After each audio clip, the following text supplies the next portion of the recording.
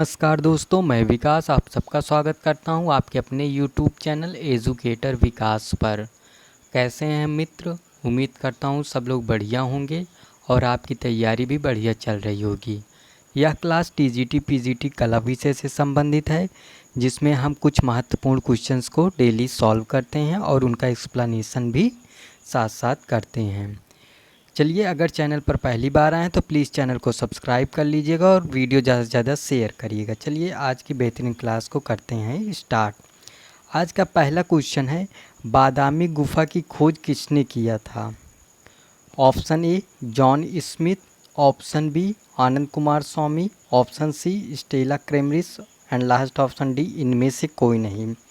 अगर बादामी गुफा की बात करते हैं तो इसकी खोज स्टेला क्रेमरिस ने किया था। ऑप्शन सी इसका राइट आंसर हो जाएगा। कब किया था? तो 1924 में। बादामी गुफा की खोज 1924 में किसने किया था? स्टेला क्रेमरिस। यह गुफा है कहाँ? तो यह गुफा है कर्नाटक। कहाँ स्थित है? कर्नाटक। कर्नाटक में कहाँ स्थित है? तो बागलकोट। कहाँ स्थित है कर्नाटक में? बागलकोट में। तो बादामी गुफा कहाँ स्थित है? तो यह कर्नाटक के बागलकोट में स्थित है। अगर बात किया जाए इसमें कितनी गुफाएं हैं, तो इसमें 4 गुफा प्राप्त हैं। कितनी गुफाओं की संख्या है? 4 गुफा प्राप्त है, जिसमें 3 हिंदू धर्म से है, 3 हिंदू धर्म से है और 1 जैन धर्म से है, 1 जैन धर्म से है। अगर बात करते हैं बादामी गुफा की प्रतिलिपियाँ किसने बनाई थी, तो जे.एम. अहिवासी ने। किसने बनाई थी? जे.एम. अहिवासी ने। इसमें जैसे कुछ प्रमुख चित्र हैं, जैसे नटराज के रूप में शिव, यह कहाँ का चित्र है? तो बादामी गुफा से है। विरह व्याकुल स्त्री कहाँ का है? तो ये बादामी गुफा का है। राजप्रसाद का दृश्य हो गया, तो यह सब कहाँ का है? बादामी गुफा का है। तो बादामी गुफा की खोज किसने किया था? तो स्टेला क्रेमरिस ने किया था। कब किया था? 1924 में। नेक्स्ट क्वेश्चन देखते हैं, अकबर के दरबार के प्रमुख चित्रकार हैं। Option A Mir Syed Ali, option B Abdul Samad Shirazi, option C Daswant and last option D सभी। तो अकबर के दरबार के प्रमुख चित्रकार कौन हैं? तो मीर सैयद अली भी हैं, अब्दुल समद सिराजी भी हैं, दसवंत भी हैं और इनमें से सभी। तो इसका राइट आंसर ऑप्शन डी हो जाएगा। अगर मीर सैयद अली की बात करें तो यह कहाँ का रहने वाला था? ईरान। कहाँ का रहने वाला था? ईरान। ईरान के तबरेज़ नगर का रहने वाला था। अगर बात करते हैं मीर सैयद अली, इसे जुदाई उपनाम से जाना जाता है, क्योंकि ये जुदाई उपनाम से कविताएं लिखता था, इसीलिए इसका जुदाई नाम पड़ गया था। अगर बात करते हैं इनके पिता की, तो मीर मंसूर थे। मीर सैयद अली के पिता कौन था? मीर मंसूर। और नेक्स्ट बात करते हैं अब्दुल समद सिराजी, तो यह भी ईरान का निवासी था। अब्दुल समद सिराजी भी ईरान के निवासी थे। ये पशु पक्षी चित्रणों में माहिर थे। कैसा चित्रण करते थे अब्दुल समद सिराजी? पशु पक्षी का चित्रण करने में माहिर थे। कैसे चित्रण करते थे? पशु पक्षी। अब्दुल समद सिराजी कैसे चित्रण करते हैं? पशु पक्षी। इन्हें सीरी कलम की उपाधि से नवाजा गया था। कैसी उपाधि दी गई थी? तो सीरी कलम। अब्दुल समद सिराजी को सीरी कलम की उपाधि से नवाजा गया था। अगर बात करते हैं दसवंत, या कहार जाति का था। किस जाति का था? कहार जाति का था। दसवंत कहार जाति का था या भित्ति चित्रण में माहिर था। कैसा चित्रण करता था? भित्ति चित्रण। भित्ति चित्रण में माहिर था। और बात करते हैं दसवंत के बारे में, तो यह प्रारंभ में पालकी उठाने का कार्य करता था। कौन? दसवंत। दसवंत शुरू में पालकी उठाने का कार्य करता था। यह कहार जाति का था और भित्ति चित्रण में माहिर था। तो अकबर के दरबार के प्रमुख चित्रकार मीर सैयद अली भी थे, अब्दुल समद सिराजी भी थे, दसवंत भी थे। तो इनमें से सभी, ऑप्शन डी राइट आंसर हो जाएगा। नेक्स्ट क्वेश्चन देखते हैं, जहाँ पना किला का निर्माण किसने करवाया था? Option A Mohammad bin Tughlaq, option B Mohammad Qasim, option C Shamsher Singh and last option D Man Singh. अगर बात करते हैं जहाँ पना किला का निर्माण किसने करवाया था, तो ये करवाया था मोहम्मद बिन तुगलक। किसने करवाया था? मोहम्मद बिन तुगलक। अगर इसकी बात करते हैं तो दिल्ली के 7 नगरों में ये चौथा नगर है। कैसा नगर है? चौथा नगर है। दिल्ली के 7 नगरों में ये चौथा नगर है। इसे चौथा नगर के नाम से जाना जाता है। नेक्स्ट है कि वर्तमान में इसका या दूसरा नाम क्या है। वर्तमान का नाम देख लेते हैं या दूसरा इसके नाम क्या है। तो इसको हम जानते हैं विजय मंडल के नाम से। किस नाम से? विजय मंडल के नाम से भी जाना जाता है। जहाँ पना किला को विजय मंडल के नाम से भी जाना जाता है। इसी के भीतर बेगमपुरी मस्जिद का निर्माण किया गया है। किसका? बेगमपुरी मस्जिद का निर्माण जहाँ पना किला के अंदर किया गया। और इसमें 30 प्रवेश द्वार हैं। कितने द्वार हैं? तो 30 प्रवेश द्वार हैं। तो जहाँ पना किला का निर्माण किसने करवाया था? तो यह किला करवाया था मोहम्मद बिन तुगलक। नेक्स्ट क्वेश्चन देखते हैं, कुल्लू शैली किसके अंतर्गत आती है? ऑप्शन ए राजस्थानी शैली, ऑप्शन बी पहाड़ी शैली, ऑप्शन सी मुगल शैली एंड लास्ट ऑप्शन डी दक्षिणी शैली। तो कुल्लू शैली किसके अंतर्गत आती है? तो यह आती है पहाड़ी शैली के अंदर। अगर कुल्लू का प्राचीन नाम देखें तो इससे बोला जाता है कुलट या कुलाटा। क्या बोला जाता है? कुलाटा, या कहीं कहीं इसका नाम होता है कुलट। क्या होता है? कुलट। कुलट या कुलाटा के नाम से कुल्लू शैली को जानते हैं। इसका प्रारंभ कब हुआ था? शुरुआत 17वीं सदी। कब हुआ था? 17वीं सदी में। और इसको प्रकाश में लाने का श्रेय किसको है? जेसी फ्रेंच को। किसको है? जेसी फ्रेंच को। जेसी फ्रेंच ने हिमालयन आर्ट में यहाँ के चित्रों को प्रकाशित किया। कहाँ के? कुल्लू शैली के। हिमालय आर्ट्स में इन्होंने यहाँ के चित्रों को प्रकाशित किया है जेसी फ्रेंच ने। तो कुल्लू शैली किसके अंतर्गत आती है? तो यह पहाड़ी शैली के अंतर्गत आती है। नेक्स्ट क्वेश्चन देखते हैं, सुमेलित नहीं है। एक तरफ है पार्ट फर्स्ट और एक तरफ है पार्ट सेकेंड। एक तरफ पार्ट फर्स्ट, एक तरफ पार्ट सेकेंड। अगर बात करते हैं, पहला है लोथल। लोथल की बात करते हैं, कह रहा है मन के बनाने का कार्य खाना से संबंध है। दूसरा बात करते हैं रोपड़। रोपड़ की बात कर रहा है कि मानव के साथ कुत्ते दफनाए गए हैं। तीसरा बात कर रहा है कालीबंगा। कालीबंगा से बोल रहा है कि अग्निकुंड मिला हुआ है। अगर लास्ट पूछ रहा है तो बालाकोट धान की भूसी मिला हुआ है। तो लोथल से हमें मन के बनाने का कारखाना मिला है, ये सही है। अगर बात करते हैं रोपड़, मानव के साथ कुत्ते दफनाए गए हैं रोपड़। आप एक आंसर कमेंट बॉक्स में दिया गया है कि मानव के साथ कुत्ते प्रागैतिहासिक काल में कहाँ दफनाया गया है, ये आप कमेंट बॉक्स में ज़रूर बताइएगा। अगर बात करते हैं अग्निकुंड, अग्निकुंड कालीबंगा से प्राप्त है, ये भी सही है। धान की भूसी, ये गलत है। धान की भूसी हमें कहाँ से मिली है? तो ये मिली है रंगपुर से। कहाँ से मिली है? रंगपुर से। धान की भूसी हमें कहाँ से मिली है? तो यह मिली है रंगपुर से। अब बालाकोट से क्या मिला हुआ है? तो बालाकोट से हमें मिला है सीप उद्योग। क्या मिला है? सीप उद्योग। तो बालाकोट से हमें क्या मिला है? सीप उद्योग। और धान की भूसी कहाँ से मिली है? तो यह मिली है रंगपुर से। नेक्स्ट क्वेश्चन देखते हैं, सिंगिरिया गुफा कहाँ स्थित है? Option A Sri Lanka, option B Pakistan, option C Bharat and last option D Nepal. अगर सिंगिरिया की बात करते हैं तो यह कहाँ स्थित है? तो यह स्थित है श्रीलंका में। कहाँ स्थित है? श्रीलंका में।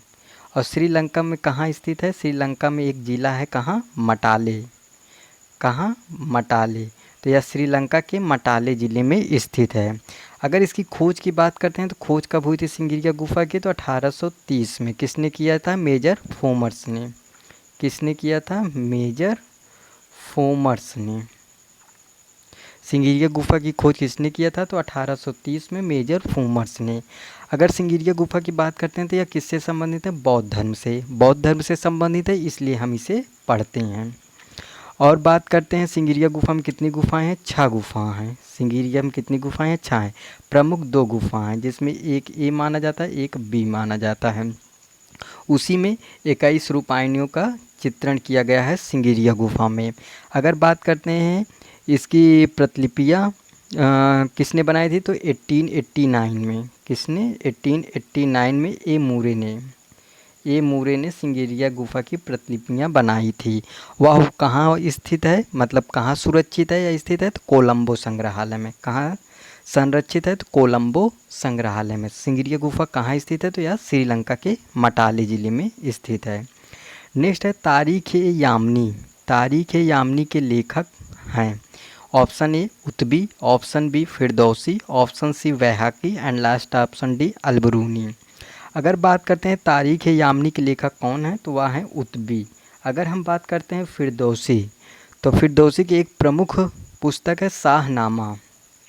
क्या है भाई? शाहनामा। यह है फिरदौसी की, जिसमें शाहनामा क्या है? एक ईरान का इतिहास है। शाहनामा क्या है? ईरान का इतिहास है। अगर हम बात करते हैं वैहाकी की तो वैहाकी की है तारीख सुबुत्तगीन। तारीख ए सुबुक्तगीन, ये किसकी है? वैहाकी की। अगर बात करते हैं अलबरूनी की तो इनकी है तहकीक ए हिंद। कौन सी है? तहकीक ए हिंद। इसी पुस्तक का एक दूसरा नाम भी है किताब उल हिंद। तहकीक ए हिंद कहिए या किताब उल हिंद कहिए, ऐसा ऐसा नाम रखते हैं मुस्लिम लोग कि इसे पढ़ने में भी क्या क्या हो जाए। अगर बात करते हैं तारीख यामनी के लेखक कौन है? उत्बी हैं। कौन महोदय हैं? उत्बी। अगर बात करते हैं वैहाकी की तो वैहाकी की कौन सी है? तारीख सुबुक्तगीन। अगर फिरदौसी महोदय की बात करते हैं तो इनकी शाहनामा है और इसमें क्या है? ईरान का एक इतिहास है। अगर अलबरूनी महोदय की बात करते हैं तो इसमें है तहकीक ए हिंद, या इसी को बोलते हैं किताब उल हिंद। तो आपका कॉन्सेप्ट क्लियर हो गया होगा। नेक्स्ट क्वेश्चन देखते हैं। अकबर ने ये तो आगे पता नहीं है। अकबर ने किस नहीं होगा, किसे होगा, कंठाभरण विलास की उपाधि से नवाजा था? किसे? अकबर ने किसे कंठाभरण विलासी से उपाधि दिया था? Option A Tansen, option B Man Singh, option C Baiju Bawra and last option D Dasmant. तो अकबर ने किसे कंठाभरण विलासी उपाधि से नवाजा था? तो यह नवाजा था तानसेन। अगर बात करते हैं तानसेन का पूरा नाम क्या है तो रामतनु पांडे। क्या नाम है भाई इनका? रामतनु पांडे जी हैं ये, रामतनु पांडे। इनका पूरा नाम क्या है? रामतनु पांडे। अगर बात करते हैं रामतनु पांडे का तो ये अकबर के 9 रत्नों में से एक थे। ये अकबर के 9 रत्न में से एक थे। कौन? तानसेन। और ये ध्रुपद गायक के आविष्कारक माना जाता है। कौन? ये तानसेन ध्रुपद गायक शैली के आविष्कारक माने जाते हैं। तानसेन की कब्र कहाँ है? तो ग्वालियर। कहाँ स्थित है भाई? ग्वालियर। ग्वालियर है कहाँ है? मध्य प्रदेश में। तो अकबर ने किसे कंठाभरण विलास की उपाधि दिया था? तो वो दिया था तानसेन को। तानसेन का नाम क्या है? इनको तानसेन रामतनु पांडे बोला जाता है। अकबर के 9 रत्नों में से एक थे ये, और ये ध्रुपद गायक शैली के आविष्कारक माने जाते हैं। और तानसेन की कब्र कहाँ स्थित है? तो ग्वालियर। ग्वालियर कहाँ है? मध्य प्रदेश में। तो इसमें आपका कॉन्सेप्ट भी क्लियर हो गया होगा। नेक्स्ट क्वेश्चन देखते हैं। National Gallery of Modern Art स्थित है? Option A Bihar, option B Jammu Kashmir and option C New Delhi and last option D Jodhpur. तो National Gallery of Modern Art कहाँ स्थित है भाई? तो ये स्थित है नई दिल्ली में। इसकी स्थापना कब हुई थी? तो 29 मार्च 1954 को। तो National Gallery of Modern Art कहाँ स्थित है? तो स्थित है नई दिल्ली में। इसकी स्थापना 29 मार्च 1954 में हुई थी। तो इसका राइट आंसर हो जाएगा नई दिल्ली। नेक्स्ट क्वेश्चन देखते हैं, आज का लास्ट क्वेश्चन। भले ही क्वेश्चन कम रहते हैं लेकिन आपको इतना एक्सप्लेनेशन दे देता हूँ कि 10 क्वेश्चन का मान के चलिए कि लगभग 50 क्वेश्चन हम प्रैक्टिस सेट में सॉल्व कर रहे हैं, क्योंकि जितने भी क्वेश्चन हम बनाते हैं उसका सबका एक ना एक एक्सप्लेनेशन हम ज़रूर देते हैं। ऐसा नहीं है कि एक का क्या है, एक क्वेश्चन है तो उससे हम रिलेटेड कम से कम 8-10 क्वेश्चन करवा देते हैं, जो आपके लिए इम्पॉर्टेंट होगा कि यहाँ से क्वेश्चन क्या क्या बन सकता है। भले ही क्वेश्चन कम रहता है लेकिन एक्सप्लेनेशन अगर आप ध्यान रखेंगे, आप सुनेंगे तो आपको पता चलेगा कि हाँ क्वेश्चंस हैं, काफ़ी हैं क्वेश्चंस, और आपके एग्ज़ाम के लिए महत्वपूर्ण भी हैं।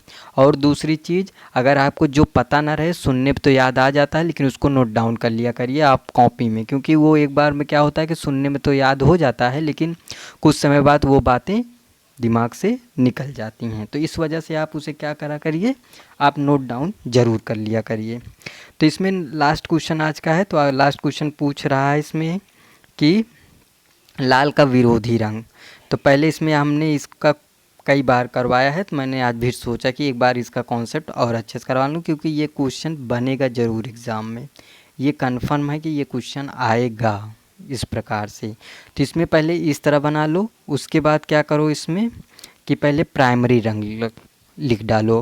प्राइमरी रंग कौन सा होता है, मतलब प्राथमिक रंग लाल हो जाएगा भाई, और दूसरा पीला हो जाएगा, लाल है पीला है, और एक बचता है हमारा क्या, नीला। ये क्या हो गया, हमारा एक प्राथमिक रंग हो गया। जिसको नहीं समझ में आता ध्यान से एकदम दिमाग लगा लीजिए, कॉन्सेप्ट क्लियर हो जाएगा। इतना बढ़िया इसको समझा दूंगा कि दोबारा आप कभी इसको भूलेंगे नहीं। अब इसमें एक कलर ले लेता हूँ ब्लू। अब ये हो गया। अब एक ऐसे डंडी खींच लो, एक ऐसे खींच लो, एक इसको ऐसे बना लो, और फिर कलर चेंज कर लेते हैं। इसमें ये कलर ले लेते हैं, 1 मिनट। चलो तुम भाई इधर, ये हो गया।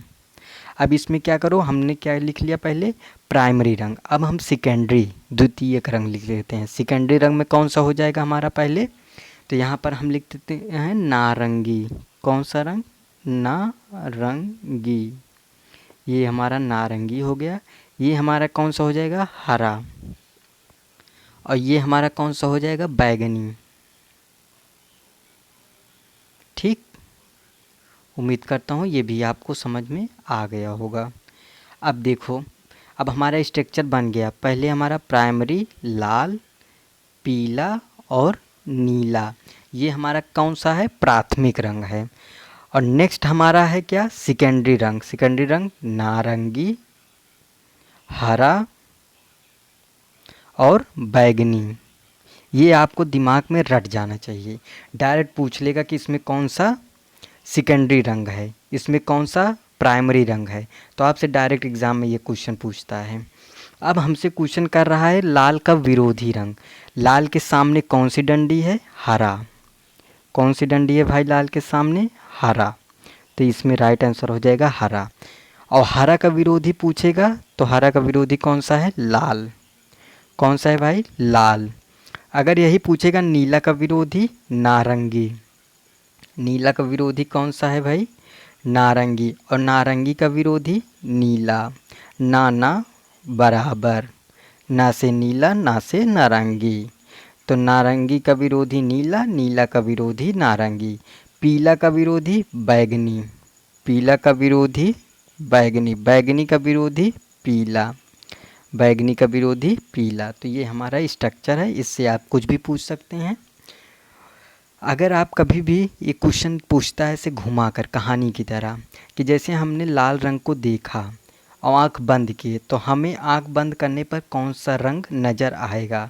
तो इसमें याद रखना, इसका जस्ट विरोधी रंग आपको नज़र आएगा। आपने लाल कलर देखा, अब आप आँख बंद करिए तो आपको हरा दिखाई देगा। आपने नीला कलर देखा, नीला कलर देखने बाद आँख बंद करिए तो आपको नारंगी कलर दिखाई देगा। ये क्वेश्चन एक थ्योरी के माध्यम से पूछता है कभी कभी एग्ज़ाम में,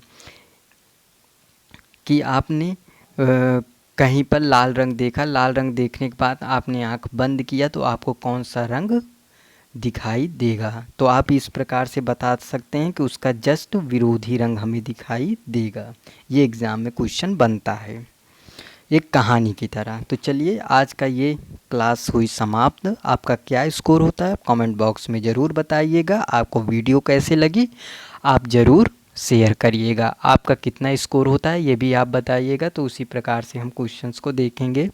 और एक्सप्लेनेशन कैसा रहता है ये भी आप बताइएगा। क्वेश्चंस अगर इजी हो, मॉडरेट हो, तो आप उसको शेयर करा करिए, तो हम उसी प्रकार से क्वेश्चन करेंगे। और ज़्यादा से ज़्यादा शेयर करेंगे, जितने बच्चे रहेंगे उसी हिसाब से हम क्वेश्चंस को बढ़ाते जाएंगे, क्योंकि अभी ज़्यादा वो है नहीं, इसलिए हम आराम से चल रहे हैं कि हाँ ठीक है। तो चलिए मिलते हैं नेक्स्ट वीडियो में, तब तक के लिए बाय बाय, टेक केयर, धन्यवाद।